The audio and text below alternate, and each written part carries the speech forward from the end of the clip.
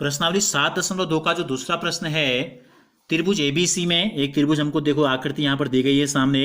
ABC में AD जो है ए से डी, भुजा बीसी पर लंब समद्विभाजक है। देखो लंब भी है, लंब का मतलब क्या है, इस भुजा के साथ 90 अंश का कोण बना रहा है, और समद्विभाजक का मतलब क्या होता है, इसके दो बराबर भाग भी कर दे रहा है। ठीक है, तो हमें सिद्ध करना है त्रिभुज एबीसी एक समद्विबाहु त्रिभुज है जिसकी भुजा ए बी और ए सी बराबर है, ये हमको सिद्ध करना है। तो देखो सबसे पहले क्या करते हैं, हमने आपको बताया है, दिया है जो जो चीज़ आपको ज्ञात हैं उन सबको आपको लिख देना है। हमको पता है एक त्रिभुज ए बी सी हमको दिया है जिसमें ए डी जो है लंब है बी सी पर, ठीक है, लंब है।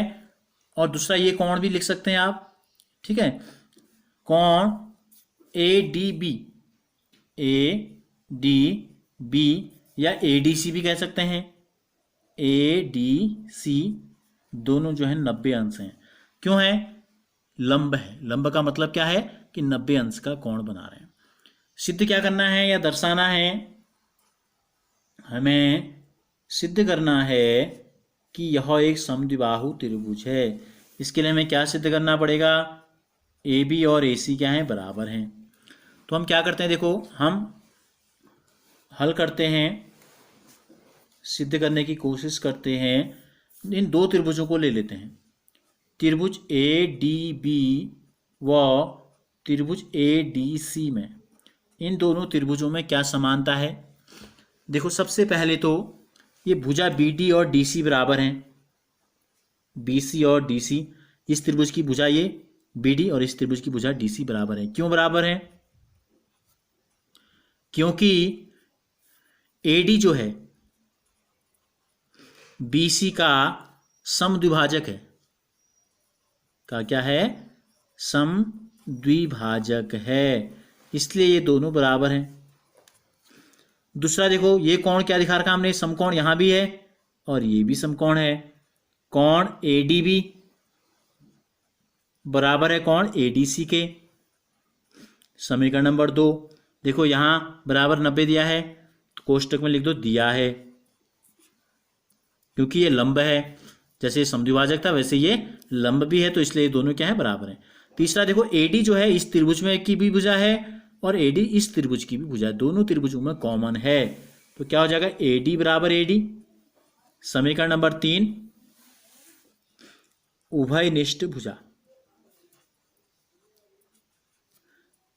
कॉमन है, तो समीकरण 1 2 3 क्या कहते हैं, देखो इस त्रिभुज की ये भुजा इस त्रिभुज की ये भुजा बराबर है, इस त्रिभुज का ये कोण और इस त्रिभुज का ये कोण बराबर है, इस त्रिभुज की ये भुजा और इस त्रिभुज की भी ये भुजा बराबर है। तो देखो भुजा कोण भुजा, भुजा कोण भुजा, तो यानी कि ये इसलिए त्रिभुज ए डी बी समरूप है, नहीं सर्वांग सम है त्रिभुज ए डी सी के, त्रिभुज ए डी सी के, ये दोनों क्या हो गए, सर्वांग सम हो गए। समीकरण नंबर 4 कोष्टक में लिख दो भुजा कोण भुजा सर्वांग समता कसौटी।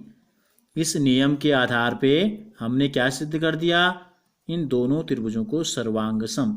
अब सर्वांग सम का मतलब क्या होता है, बताया हमने आपको कि सारे अंग बराबर हैं। 3 अंग तो हमने देख लिए बराबर, इन 3 अंगों के आधार पे हमने ये निष्कर्ष निकाला कि बाकी के 3 अंग भी क्या हैं, बराबर हैं। अब हमको कौन से अंग की जरूरत है, देखो 2 भुजाएं तो हम सिद्ध कर चुके हैं बराबर हैं, अब बची इस त्रिभुज की ए बी और इस त्रिभुज की ए सी, ये दोनों भी क्या होंगे, बराबर होंगे, ए बी बराबर ए सी।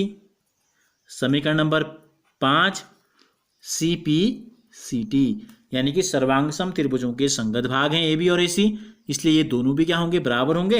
यही हमको सिद्ध करना था, तो हम लिख सकते हैं इसलिए त्रिभुज ए बी सी, जिस त्रिभुज की 2 भुजाएं बराबर हो जाएं वो त्रिभुज क्या कहलाता है, समद्विबाहु त्रिभुज कहलाता है। इसलिए त्रिभुज ए बी सी एक समद्विबाहु त्रिभुज है। कैसा त्रिभुज है, समद्विबाहु त्रिभुज है।